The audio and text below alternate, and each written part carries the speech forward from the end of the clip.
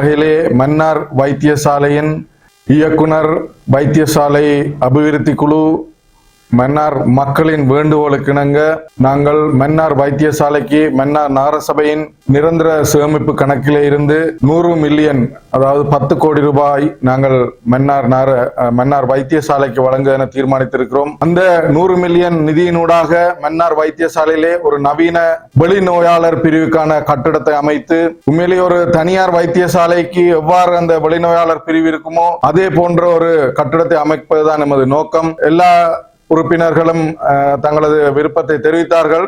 இருவர் அதுக்கு எதிராக வாக்களித்தார்கள். தமிழரசு கட்சியைச் சேர்ந்த பார்த்திபன் உறுப்பினர் அவர்களும் பிரசாத் அவர்களும் தங்களது எதிர்ப்பை தெரிவித்தார்கள்.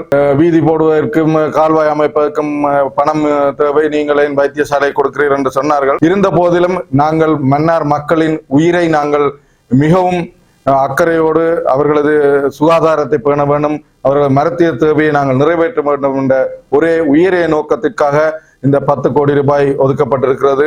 அகில இலங்கை மக்கள் காங்கிரஸை சேர்ந்த உறுப்பினர்களும், அதே போன்று NPP உறுப்பினர்களும், அதே போன்று தொழிலாளர் காங்கிரசின் ஒரு உறுப்பினரும் தனது ஏகமன விருப்பத்தை தெரிவித்தார்கள். அந்த வகையிலே நான் இந்த நேரத்திலே கூட்டணி கட்சி உறுப்பினர்களுக்கும் எனது நன்றிகளை தெரிவித்துக் கொள்கின்றேன்.